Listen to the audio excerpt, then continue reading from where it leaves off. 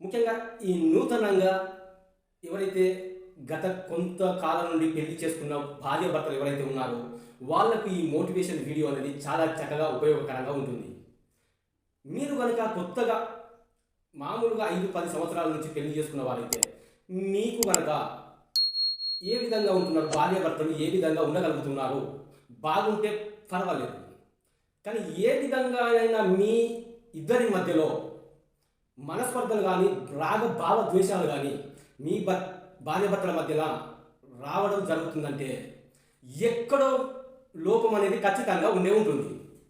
అది భార్య ద్వారా కానీ భర్త ద్వారా కానీ ఉండవచ్చు. మీరు కనుక ఒక భర్తకైతే కనుక మీరు జాబ్ చేస్తే సరైన టైంకు సరైన విధంగా మీరు కనుక ఇంటికి వెళుతున్నారా లేకుండా మీరు హవాలా తిరుగులు కానీ హవాలా ఫ్రెండ్స్ కానీ మీరు అనుకోకుండా టైం వాళ్ళకు స్పెండ్ చేస్తూ ఇంట్లో ఉన్న భార్యను పిల్లలను పట్టించుకోకుండా ఉంటే ప్రాబ్లం అక్కడే స్టార్ట్ అవుతుంది. ఇంటికాడ ఈ కోడలు ఉంటుంది, కోడలతో అత్తమామ ఉంటారు, ఇంకా ఆడబిడ్డ కూడా, ఇంకా మంది అనే ఇంకా ఫ్యామిలీస్ ఎవరైనా ఉండొచ్చు. మీరు పెళ్లి చేసుకొని ఆ విధంగా మీరు ఉండగలిగితే దాన్ని మానుకొని బాగుంటే పర్వాలేదు.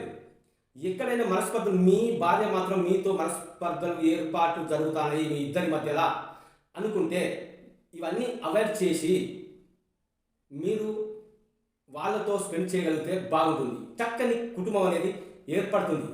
ఈ పొరపాట్లు ఎక్కడ ఏ విధంగా జరుగుతాయి అంటే మీరు ₹1,00,000 జీతం కావచ్చు, 50,000 జీతం కావచ్చు, జీతం ఎంతైనా కావచ్చు, మీరు ఎన్ని కోట్లకైనా ఉండొచ్చు, లక్షలలో ఉండొచ్చు, లేకుంటే నిరుపేదలైనా కావచ్చు, మధ్యతరగతి కుటుంబం ఎవరైనా కావచ్చు. కానీ చక్కటి కుటుంబం ఏర్పాటు ఉండాలంటే మనము ఇవన్నీ ఒక రకంగా చూసుకోవడం కరెక్టే.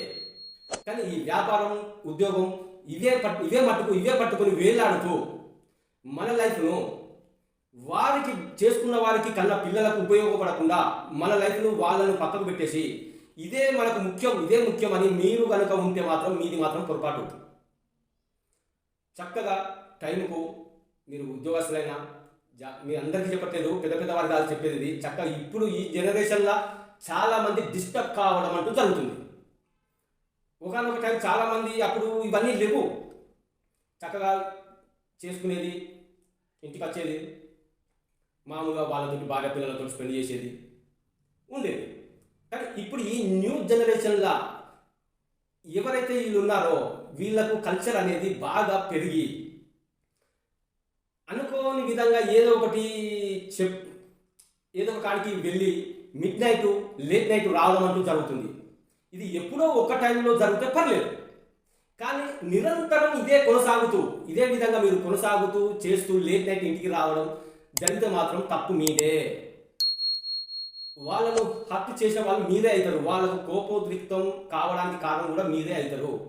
చక్కగా టైంకు మీరు ఇంటికి పోయి భార్య పిల్లలతో ఉన్నట్టయితే భార్య నుండి ఎటువంటి ప్రాబ్లం అనేది రాదు. ఎందుకు వస్తుంది? అత్తమామలతోటి ఏ విధమైన సమస్యలైనా ఉంటే వాటి మీద కూడా ఒక కన్నేసి నీ తల్లిది తప్ప, నీ చేసుకున్న భార్యది తప్ప, లేకపోతే ఇంట్లో ఉన్న వాళ్ళది ఎవరిదైనా తప్ప ఎక్కడ పోతుంది? నేను ఇంట్లో సమస్య ఉన్న వాళ్ళకు మాత్రమే చెప్తున్నా, అందరికి కాదు చెప్పేది. సమస్య ఉన్న వాళ్ళకు మాత్రమే చెప్తున్నా. చక్కగా గ్రహించుకొని ఎవరిని నిందించకుండా మీరు కనుక ఒక్క దృష్టి పెట్టి చూస్తే ఎక్కడ పోతుంది పొరపాటు మీరు కనుక ఆలోచించుకునే ఉద్దేశాన్ని మీరు కల్పించుకొని కాస్త ఓపిక పట్టి మీరు ఆలోచనలు అనేది ఒక్కసారి ఫ్యామిలీ మీద పెట్టి చూస్తే ఈ పొరపాటు ఎక్కడ పోతుంది, ఏ విధంగా పోతుంది అనేది మీరు కనుక తెలుసుకొని ఆ ఒక నిర్ణయాన్ని పట్టుకొని మార్పు అనేది ఎక్కడ రావాలి, ఎవరి ద్వారా నుంచి రావాలి, ఎవరు చేయడం వల్ల ఇది జరుగుతుంది. ఇంట్లో అత్తమామ ఉంటారు, మళ్ళీ ఆడబిడ్డ ఉంటారు, ఫ్యామిలీస్లో ఎవరైనా ఉండొచ్చు, తాతమ్మ కూడా ఉండొచ్చు, వాళ్ళు చాదస్త మనుషులు. అది కోడలకు అనేది పట్టింపు ఉండకపోవచ్చు, అత్తను అరుచుకునే విధానం ఈయనకు తెలియకపోవచ్చు. కానీ ఈ అత్త కూడా కోడలను చూసే విధానం కూడా కరెక్ట్ ఉండకపోవచ్చు.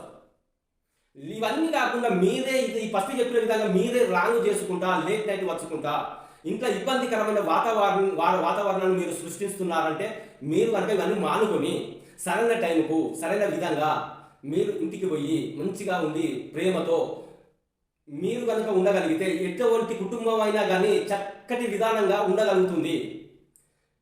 మీరు ఫస్ట్ ఇవన్నీ పక్కన పెట్టేయండి. ఎన్ని రకాలుగా సంపాదించుకున్నా ఒక కుటుంబాన్ని సంపాదించుకోలేము. డబ్బు ఎంతైనా సంపాదించుకోగలుగుతాం, పైసలు ఎంతైనా, భూములు, జాగాలు అన్ని కొనుక్కోగలుగుతాం, అన్ని రకాలు ఉండగలుగుతాం.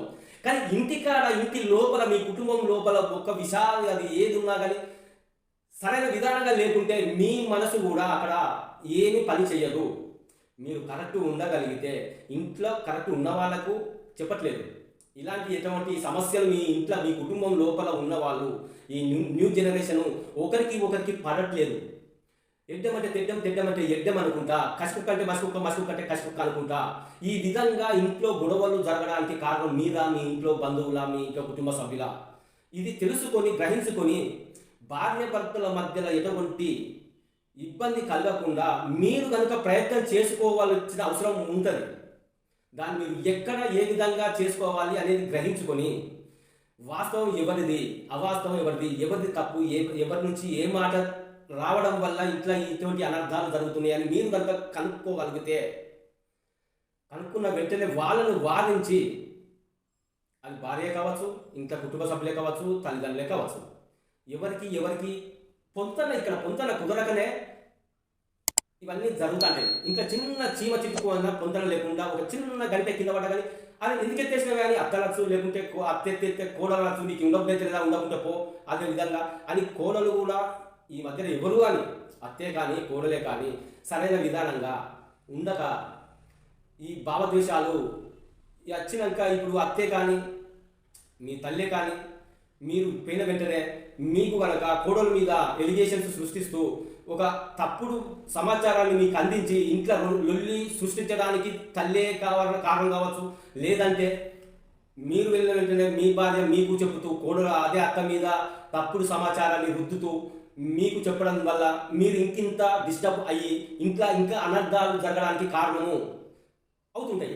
వీటిని కనుక కరెక్ట్ టైంలో మీరు డెసిషన్ తీసుకొని, 1-2 సార్లు జరుగుతుంటే మీరు కనుక డెసిషన్ తీసుకొని దాన్ని అక్కడే ఆపగలిగి, మీ సమస్యలు కొనసాగించకుండా పోకుండా దాన్ని అక్కడే ఆపుకొని మీరు నిర్ణయం తీసుకొని ఎవరిది తప్పు ఎవరిది కరెక్టు 1-2 సార్లు చూసుకొని వాళ్లకు మీరు సర్ది చెప్పగలిగి, వాళ్ళకు సర్ది చెప్పి ఉండగలిగితే ఎటువంటి అనర్థాలకు తాడు ఇవ్వకుండా మీరు ఉన్న వాళ్ళవుతారు. ఇది అందరి కుటుంబాలలో జరగకపోవచ్చు, కొన్ని కుటుంబాలలో, అంటే కొన్ని కాదు చాలా కుటుంబాలలో జరుగుతున్నాయి.